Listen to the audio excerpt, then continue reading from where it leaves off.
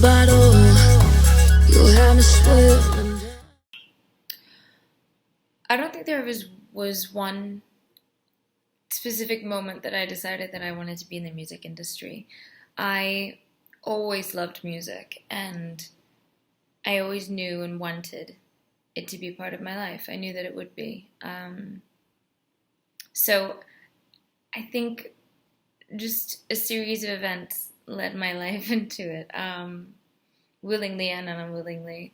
I love to sing, and then I just decided to take vocal lessons, and from there I started to write my own music and then put my music up on MySpace, and then the right people heard it, and my life changed from that moment, and I didn't hesitate. I jumped at the first chance I got to really take this on seriously as a career. You got a face. I grew up listening to so many incredible lyricists.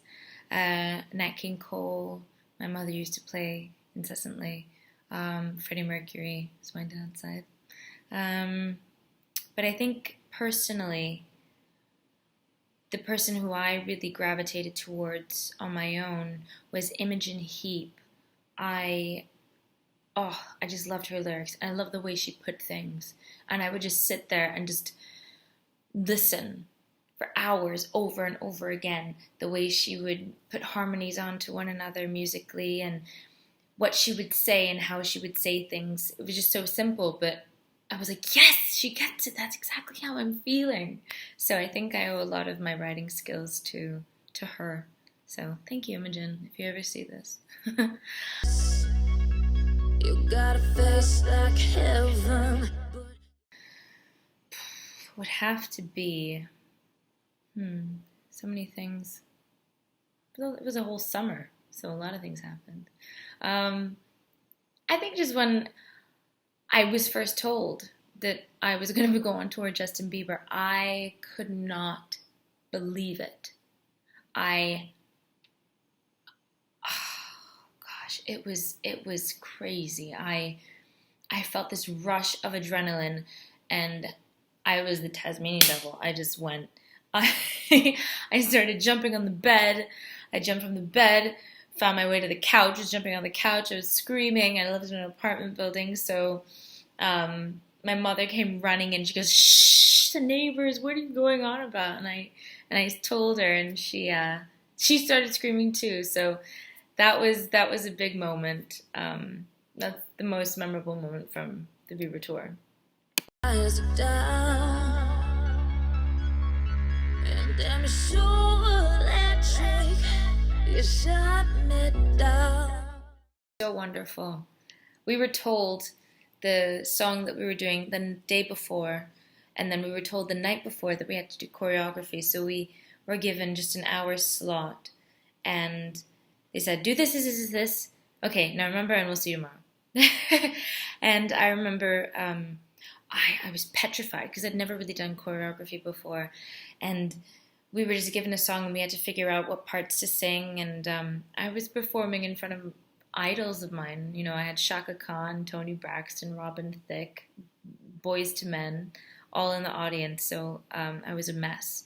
But Estelle was amazing. She put the confidence in me. I actually owe my confidence to her. She was like, it's going to be fine. We got to do this. We'll be fine. And we're going to have a great time, and it's going to be done.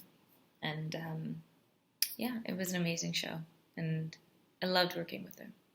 Really, really wonderful soul. Great person. Give me a reason.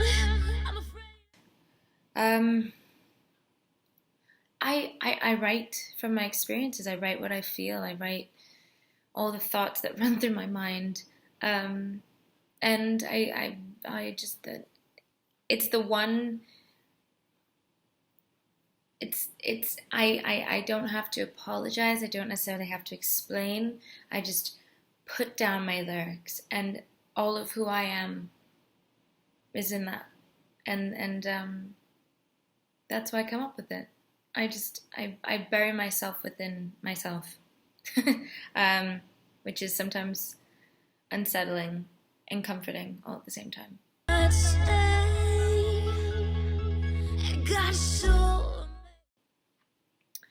My music on my upcoming album, well, I'm hoping to release an EP, and my music on that is,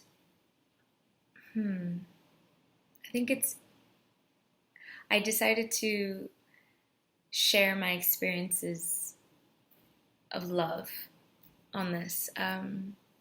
All of them have to do with heartbreak and all the things that I couldn't necessarily rationalize on my own growing up, about love, seeing it as a third person, other people, and experiencing relationships myself. So everything. So all those songs, I didn't write them immediately. Those are songs that I've written over a period of time and decided that, okay, now I'm going to tell a story. So those songs are going to be my upcoming album. So you're going to get quite an insight. I can't look away. If I wasn't a musician, I would be a spy. Yes, I'd be a James Bond, female James Bond. That's the only thing. So it was that or this.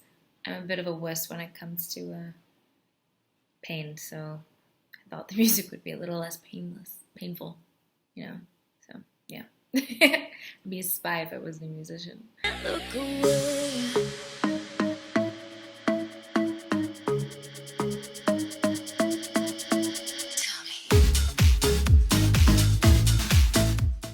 Where do I get my energy from?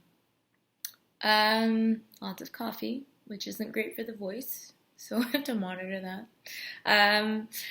I just love what I do. I love music, so that motivates me every morning. Anytime I have a bad day, I listen to my favorite song at the moment, or some of my favorite artists, and it's kind of a reset button. It's a refresher. I sleep it off, and I wake up the next morning so excited to be doing what I'm doing, and I come up with new ideas, and it's my music. My music motivates me, and my fans. So many of them have stuck with me throughout my turbulent career from the time I was 16, now that I'm 22 in June.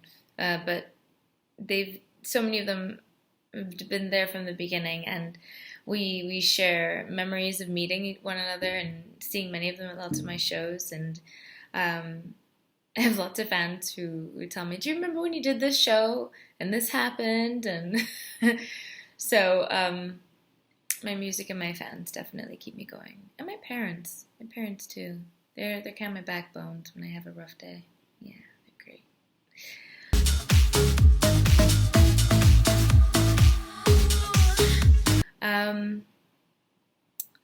Favorite song to dance to right now is Uptown blah, I can't even talk. Uptown Funk by Bruno Mars. Oh, that is the song that gets me through my workouts at the gym. Yep. When I'm walking to the weight room, this little girl and their guys lifting like 600 pounds. That's probably an unrealistic number. But you got these guys just like curling and pumping. I'm walking through there with my like 10-pound weights, doing my arms, and Bruno Mars gets me going. I can't help but dance in the weight room with Bruno Mars. It's a bit awkward, but I don't care because I'm in my own world.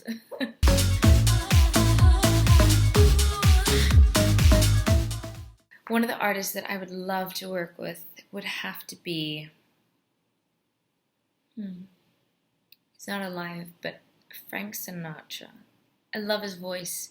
Oh God. I remember when I was 14, I was sitting on my living room couch, and my mom put on Frank Sinatra for the first time, and I jumped out of my seat and I said, who is this? Something about his voice just came in and wrapped itself around my soul and just held me. It was so beautiful. So I think it's probably a good thing, because if I did ever do a song with him, I would always just forget my cue to come in. I would just sit and just be daydreaming while listening to him sing.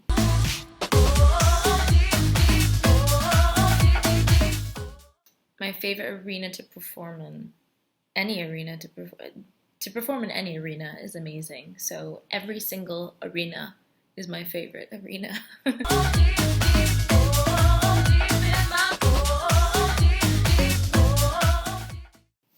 Winning Pop Artist of the Year. It's funny because I finished my show, my set, and I was getting ready to leave because I had been traveling the day before and I was exhausted. So I got off stage and I went backstage to go, disassemble myself. And my promoter wanted to keep it as a surprise. I didn't even know that I was nominated. So I'm there in mid, getting undressed, and my promoter comes running into the room. And before he could say anything, all I hear is, and the nominees are Vita Chambers. And I was like, what? And I was like, what's happening? I got nominated for something? That's great. But then I didn't think I would win necessarily because I never really won anything before.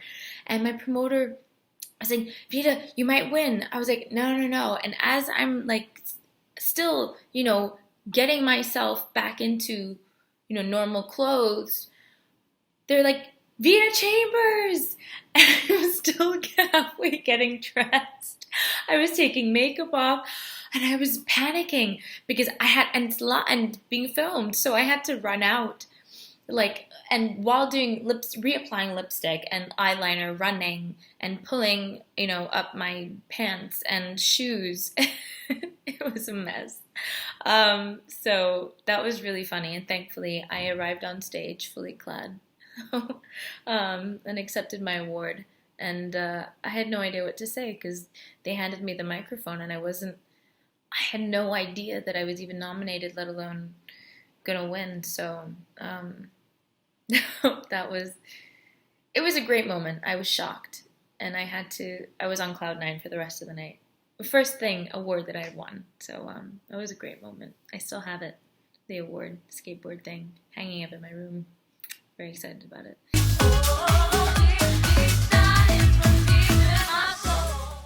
How do I handle criticism for my music? When it comes from my fans and people who I work very closely with, I like to hear what they have to say, because those are people. I'm speaking to those people. I'm speaking to everyone, and I want to hear what people think. And I try to take little pieces of it to mold and constantly grow. But I mean, of course, there are some very opinionated people, and most of it's just entertaining, I find. But I like to listen to people's opinions on my music and have them give their feedback. You got face. I have had many embarrassing moments while on stage, many that I won't admit to. Let's see. One, oh goodness. I remember this one show that I was doing on Lilith Fair, and I had the microphone on the mic stand and it was stuck. It was very tight. So I was singing and I wanted to take it off. And so I pulled I was like yanking it while singing, and I thought I would, maintain the speed of the microphone coming off, but I guess I underestimated my own strength. And when I pulled it off, I hit myself in the lip with it, and I started to bleed. And usually when you bump your lip or you kind of give yourself a little injury, it feels a lot worse than it actually is. So that's what I thought. I thought that it just felt like my lip was the size of a balloon, but not actually. It looked normal. Little did I know, while I was performing, there was like blood all in my teeth, and it was disgusting. So I I didn't think it was that bad. And when I came off stage, usually I go and freshen up, for 2 seconds, like, get myself situated and then go out and meet my fans or meet the people that I've been performing to. But this time I didn't. The second I finished, my promoter grabbed me off stage and took me straight to fans. And he didn't, everything was in such a rush. So I went and I was smiling and it felt like my lip was the size of a balloon. And I remember the first person who was in line to meet me, poor thing, she was so mortified when she saw me. I was smiling and trying to act like everything was normal, and she just went from, I think there's something wrong with your lip. And I looked in the mirror, and there it was, blood everywhere. So, yeah, that was a bit my American Horror Story moment. Bottom of a bottle, you'll have me swear. I kind of push through it. Right before I go on stage, if I haven't performed, at least for a good 2 weeks prior, I'm so nervous. I'm a mess. I feel nauseous. My knees start to shake. I start questioning myself. I'm like, wow, I don't think my show is that great. I don't think it's going to be that good. I get very negative. And then right before I step out on stage, within a second, I calm myself. I don't know why or how, but I've always been this way. I'm so nervous up until that second when they say showtime. And I just switch into, I know what I'm doing. And I've been doing it for a while. And I love this. And it's just me and my voice.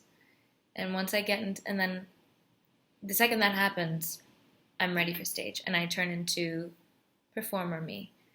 And all of my worries and anxiety and craziness that happens up in my mind before I go on stage just fades. And it's clarity. It's amazing. A great, great feeling.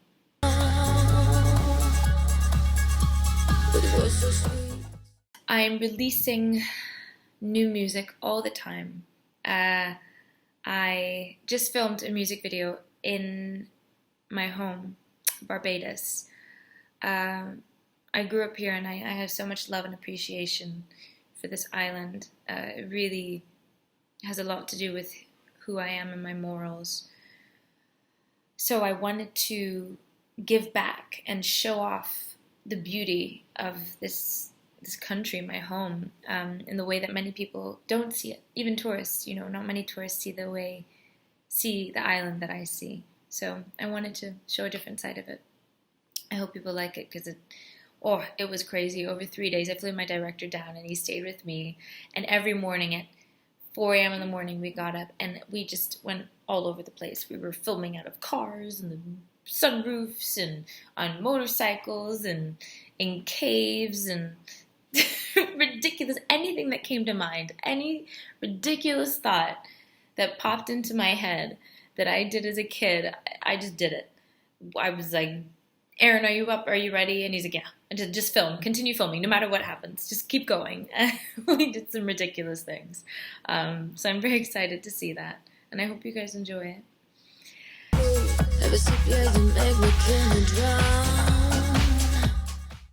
Where can you find my music? You can find my music on iTunes, Vita Chambers, on YouTube. Please follow me on Twitter, @Vita Chambers. I chat with you. I actually respond. I like having conversations with people. And Instagram. Please follow me as I document my crazy and roller coaster of a life. It's a lot of fun, and I like to share all my crazy moments, beautiful and crazy moments. So thank you so much for this interview. I hope you guys enjoy and get to know a little bit more about me, my crazy, ridiculous self. So I can't wait to see you at my upcoming shows.